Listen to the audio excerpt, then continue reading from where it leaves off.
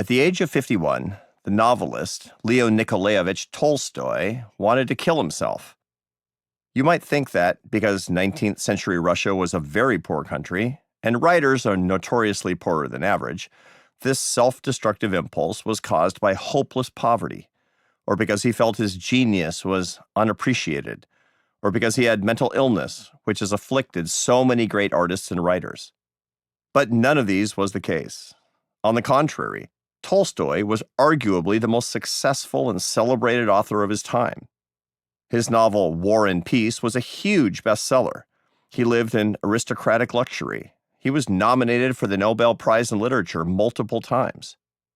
Nor was his despair the result of a crisis in his personal life. His marriage, though complicated, was stable and enduring and produced 13 children. He had no addictions or ruinous personal habits. But all this outward success left him feeling empty. Tolstoy hoped that his work would fulfill his need for, well, he wasn't quite sure what. He focused on his writing obsessively, to the exclusion of everything else, but it never gave him what he craved. So he looked to science, which seemed to many in the late 19th century to promise the answer to every question, just as technology does today. As he studied, he expected to find the meaning of life buried in complicated formulas of chemistry, physics, and biology. For a long time, Tolstoy assumed that not finding it was a function of his ignorance. But as the years passed, he was confronted with the reality that, as he put it, life's why was not to be found in the laws of light, of chemical compounds, the laws of the development of organisms.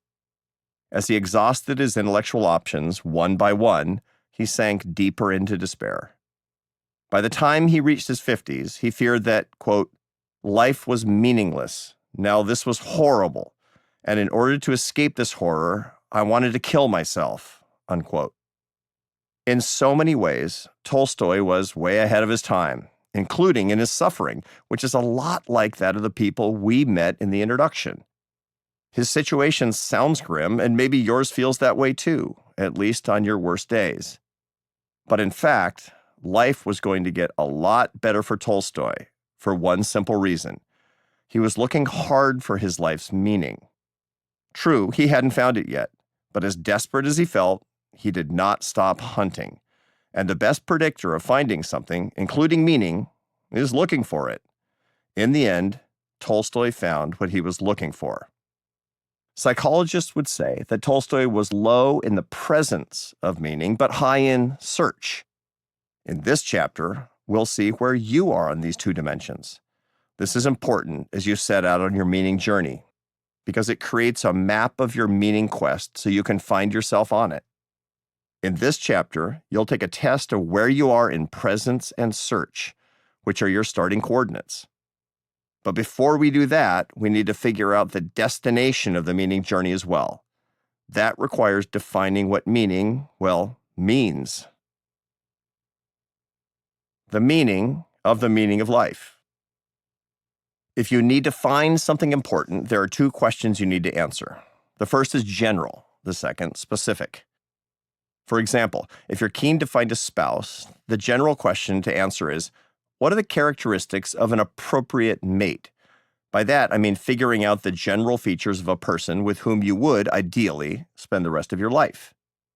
That means someone with the right basic demographics. Who is the gender you seek, for example, and not 50 years older or younger than you?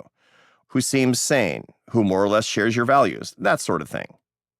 That's super important so you can start trying to answer the specific question, who is my mate? You must have an idea of what you're looking for in general to have any kind of fruitful search for the specific person. Of course, the person you wind up with will differ in many ways from what you had in your mind, but having something in mind makes it possible to start the journey toward your goal.